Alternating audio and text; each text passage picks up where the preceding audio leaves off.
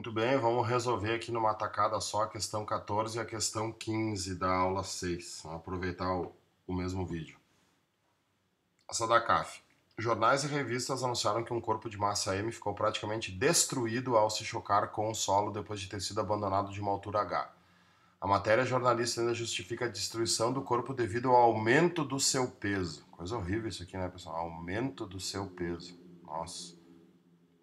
O peso não vai aumentar, né, pessoal? O peso vai ser o mesmo. O que acontece? Né? Desprezando a resistência do ar, a alternativa correta. Letra A.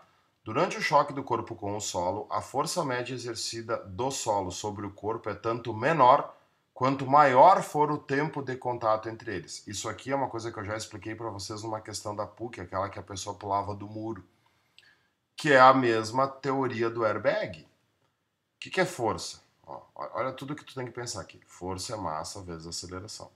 Por que se tu solta um objeto de uma altura muito grande, ele se destrói quando ele bate no chão? Porque ele vai cair no chão com uma velocidade muito grande. O que é a aceleração? Variação da velocidade sobre variação do tempo. Ele vai cair no chão com uma velocidade muito grande. Essa velocidade vai ter que ir para o zero num tempo muito pequeno. Então a aceleração vai ser grande. Quanto menor o tempo, maior a aceleração, maior a força, vai destruir o corpo. Olha o que ele está dizendo aqui. A força média exercida do solo sobre o corpo é tanto menor quanto maior for o tempo. Claro, se o tempo aumenta, por exemplo, tu bota um airbag, uma bolsa elástica no chão, né? A variação da velocidade vai continuar sendo a mesma, mas o tempo que isso ocorre vai aumentar. Aumentando o tempo, se tu aumentares o tempo, tu vai diminuir a aceleração. Se tu diminui a aceleração, tu diminui a força. São diretamente proporcionais. Resposta certa, letra A. O resto é tudo bobagem.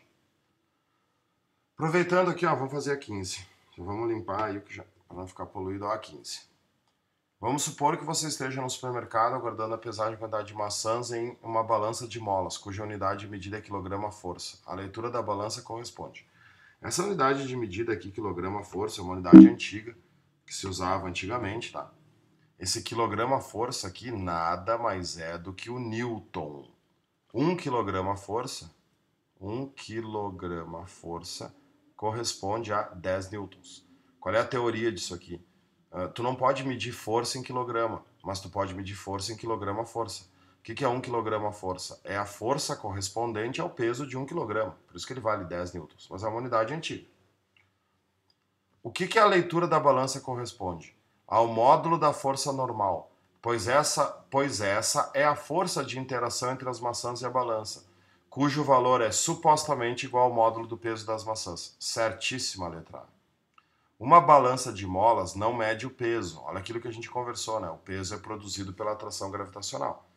Tu tem lá uma balança, aí tu tem, sei lá, aqui o prato da balança.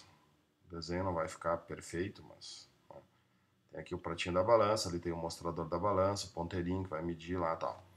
Se tu colocares as maçãs aqui em cima da balança, o que acontece? O que acontece?